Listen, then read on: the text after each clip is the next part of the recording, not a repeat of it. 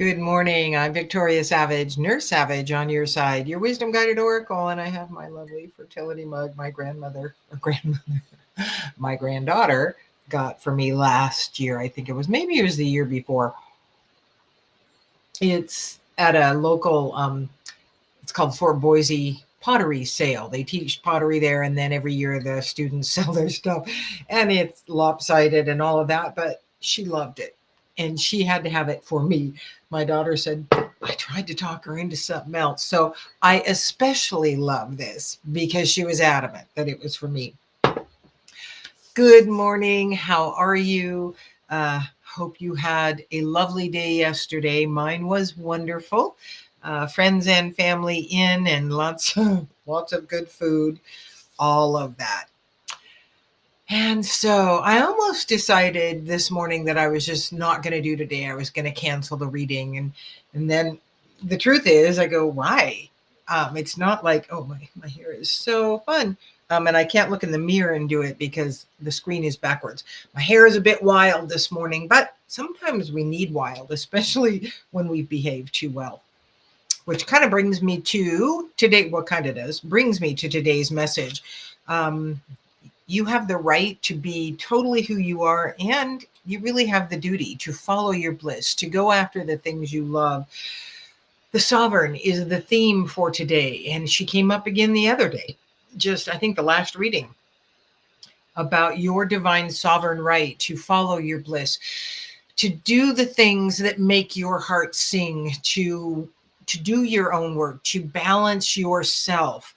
When you balance yourself, life will come into balance. Let me see if I can get the chat going. Life comes into balance. And when you do that, again, you're then putting out that type of energy. This really is such a time of understanding of your influence through just who you are, nothing else. Because you're going to put out whatever energy you're growing. Remember the old, maybe you haven't heard of it, but an old tale. I don't know if it truly was an Indian tale, but the young man comes to his grandfather. He says, Grandfather, I have two wolves inside of me, one that is gentle and peaceful and loving, and the other that is angry and hateful and, wants to go out and crush the world. And which one is going to grow? And grandfather said, the one that you feed. That's the one. Good morning, Christina. Blessings to you as well. The one that you feed. So whatever it is that you're focusing on, you're producing more of that type of energy. You're feeding that. It's going to grow. So you want to look at what you desire, what kind of, and sometimes our desires are bigger than our ability in the physical world at this moment to make happen. So look at the smaller desires. What little things bring you joy? The animal cards really wanted to come up, and the chameleon is the next card. It's stay in the background and adapt to the situation rather than being conspicuous and attempting to direct the course of events. This is truly in alignment with I'm open, I'm willing, I'm ready, guide me. And the thing is you don't have to get out and shout your platform, your soapbox, what you believe, what you think. Your energy goes out before you. And so what you're truly growing is what is going to be seen before you are. And it really then doesn't matter. You can profess to be loving and accepting and all of that. And any of you who read energy much know those people that just kind of make your skin crawl, and they're just sweet as honey out of the mouth, and nothing could be further from the truth about who they are, because you're reading their energy. And everybody reads energy, and we absorb energies of others. So you doing you, keeping yourself balanced and centered and working on your stuff, being healthier all the time, is putting that out into the world, a higher vibration. So the time to do you, and to not, you don't have to yell this in anybody's face. You don't have to go out and tell people This is what I'm doing in the world, and this is what, because it's going to go out before you. And the people that need to connect with you, need to see you, will see you in your energy. And they will know that you are the one that they want to connect with, even if you never see them again. Your energy connected, and you likely helped raise their vibration. You could also have brought it down. So that's why it's somewhat important that you do you take care of you. The next card that came up was the Lovers. That's just gorgeous. Look at those bleeding hearts that I've got in my garden. And this is all about the power of love in the world, whether it's friendship love, lover love, parent child love, co-worker love. It is such an incredibly shifting energy because everyone wants it. And so you being higher vibe, filled with more love, is putting that out into the world. And then more people can accept just that energy in, and it begins to shift them. Again, even the most misguided actions of people in the world is to be loved, that to feel that, to be more of that. Some of their stuff can just seem so incredibly not in love, but everybody is trying to feel that in some way.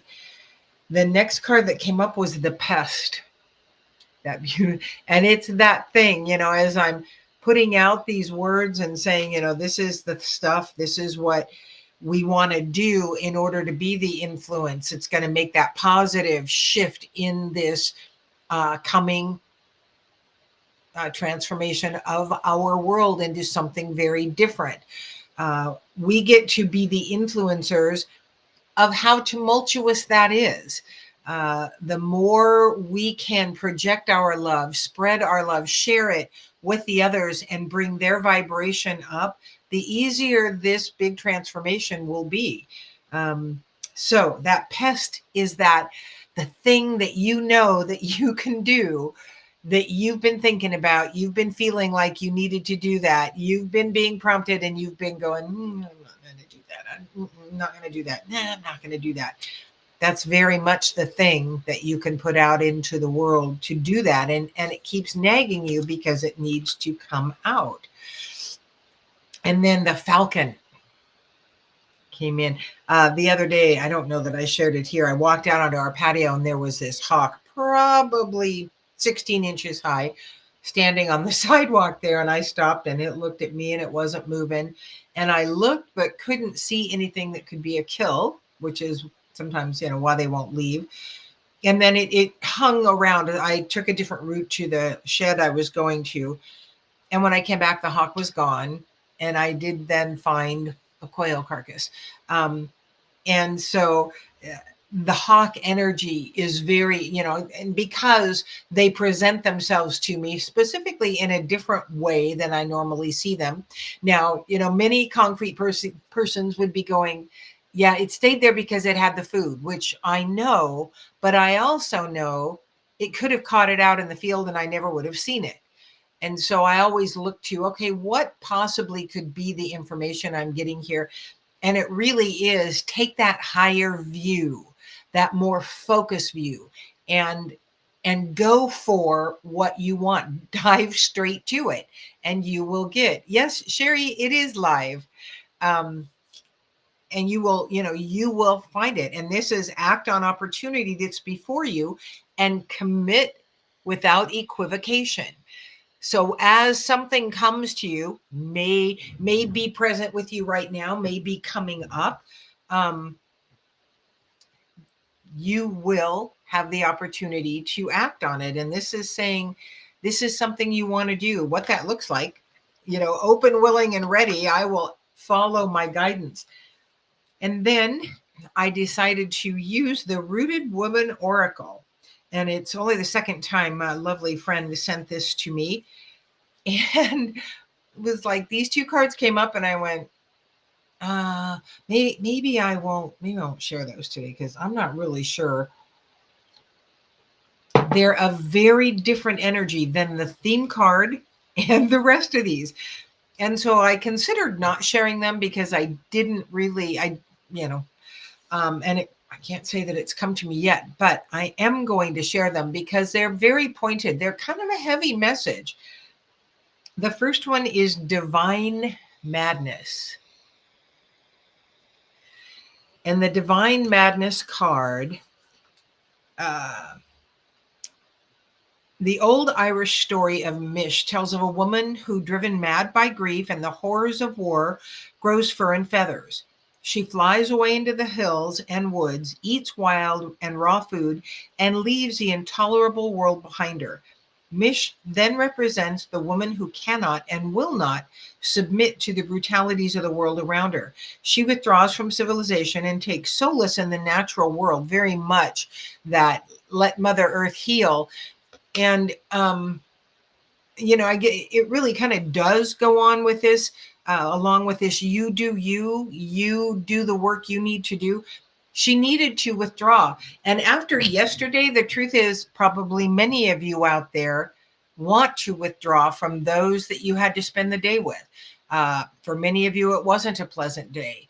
And you don't feel like you have the right to just go, no, I don't want to do that. But you do. I mean, she retreated and went just totally somewhere else.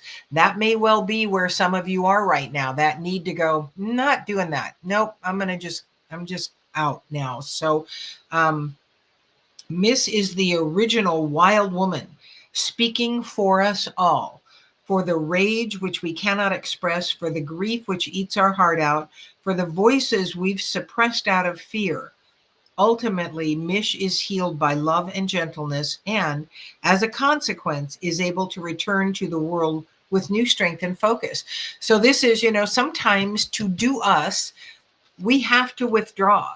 We have to pull back from the things that are plaguing us, the people, the situations, and just be solitary a bit. Do only what you love to do. Don't worry about what anybody else thinks about this whole possibility. And she very much, of course, this the rooted oracle, the rooted woman oracle is very much an earth-based oracle. The next one is the wasteland. Not a I told you it's pretty much not a high vibe extra reading, but obviously there are people that need to hear these things that are going to come across this video. The wasteland is the place where dreams go to die. It's an arid, rootless place, and its ground is infertile. In it, we're cut off from the source of life. We inhabit the wasteland when we occupy ourselves with jobs that bring safety and security, but don't bring us meaning or joy. And, this is a warning, too, of if you don't do you and do some of the blissful things, we end up in this wasteland of feeling. I live with a very concrete person in my life and one that doesn't know how to have a lot of joy.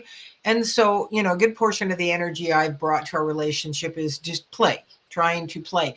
And that gets heavy at times and it gets weighty. And so I will withdraw. We'll have some kind of argument, and mine is just to pull back. I don't talk to them for a day or two, and I think a lot about, and I will then minister to myself a little bit more for that time I'm away. We have to take care of us, and if not, we become this wasteland. We can't find the joy that we know is there. We can't find the reasons to keep going and to seek the path that we came in to live in this lifetime. So very much, you doing you is you following your bliss, your desires, creating joy, going after. So not that this is a real joyful thing, but it is a thing that is unusual. And I thrive on adventure and things that are different in life. So this morning I got up and at 5:30, I was at one of our our little store called Mart here in Emmett, because they had a Black Friday sale. And the truth was, they had a plant light that I wanted, a little one for in my windowsill. And the other truth is that sale's been on for 5 days and it's going to be on for 3 more days. So it wasn't really an early morning Black Friday. But my friend, Suzanne, who came to dinner with us last night, she's working this morning there. And I thought, well, how fun will that? I'm just going to get up because I'm up at that time and really get out. Had to, warm up the car, get all the frost off it. Went down and there was hardly anybody there because the sale's been going on for a while. So there's some, I don't know, common sense there to me that says, really, you need it open at 5? But anyway, got my plant light, visited with Suzanne, got a couple other things, got some stuff for one of the shelters in town for the women, because it was like, oh, yeah, I forgot. I haven't shopped for that. So got that. And it was just a little bit of fun. Nothing big. It was just different. I almost stopped and got a cup of coffee at Dutch Bros, which I've never had coffee at. I don't go out for coffee after having an espresso bar for 4 years. I make coffee in the morning. That's it. I mean, I hardly ever go out and buy a cup of coffee. And I just really didn't feel like it. Now, if I'd been over in Boise, I probably would have, but I was going to be coming right home and having coffee. So nothing important there other than to say sometimes you have to manufacture the little bit of joy, a little bit of fun, a little bit of adventure that aren't big deals, but they shake things up a bit, just change things up a bit. And so you doing you really does benefit the world. And, going after the fun and the things that you desire is your job now. It's a duty. You attend you, and those around you and the world around you gets better. It also means sometimes they leave. Sometimes you have to leave. And sometimes you just keep going on. And at the next juncture, you create a little more fun, a little more love. Well, yeah, Francesca, we do this every year. I'm a part of a group called PEO, which is a group of women, international, been in existence since 1869. We have 90 chapters in Idaho alone. So it's a big organization. And we at Christmas time give, intimate items and stuff like that to a women's shelter. And so I got those today because they need our help. And, there, but for the grace of God, go I. Any number of turns in my life could have put me in a place of needing to be homeless or, ending up homeless or needing to be living in a shelter on the street. And I can't even fathom how difficult that would be. So we do our part this time of year to help. And so at our Christmas party, we gather up all the stuff. So anyway, I think we are complete for this Black Friday. Not real black around here. It's going to be a nice day. And oh yeah, Sandra, are you also a member? What we do in PEO is raise money to give to women to go to school. We have 5 different projects, meaning ways, whether it's a scholarship at a high school. We also have a college in Nevada, Missouri, and called Cotty College. And so, just really, that's the only thing this organization is about. And each chapter has a different way to raise money, and you can raise money any way you'd like. We work the elections, get our money, and then we give to the projects every year. So, and other things. We do some social things. So anyway, PEO is wonderful. We do need to have members, kind of continuously because we're aging out as an organization. And we just do such a wonderful thing that you hate to see it just kind of fall apart. But we live in a different day and age than when it was formed. And it really is quite a lovely organization to be a part of. So I really do think we are complete now. Thank you so much for joining me. I'm Victoria Savage, Nurse Savage on your side, your wisdom guided oracle. And you'll see in the description a website to globalgrandmotherscouncil.org at 9, so 40 minutes from now. I host a Let's Talk Friday on Zoom through that .org. That's globalgrandmotherscouncil.org. And you have to join it, but it's free to join. And then you can join me for an hour on Fridays and just talk. That's all it's about. It's not teaching. It's listening and being able to say the things you need to say. And it really does make a difference to sometimes just voice them. Gives you some clarity, some perspective, and all of that.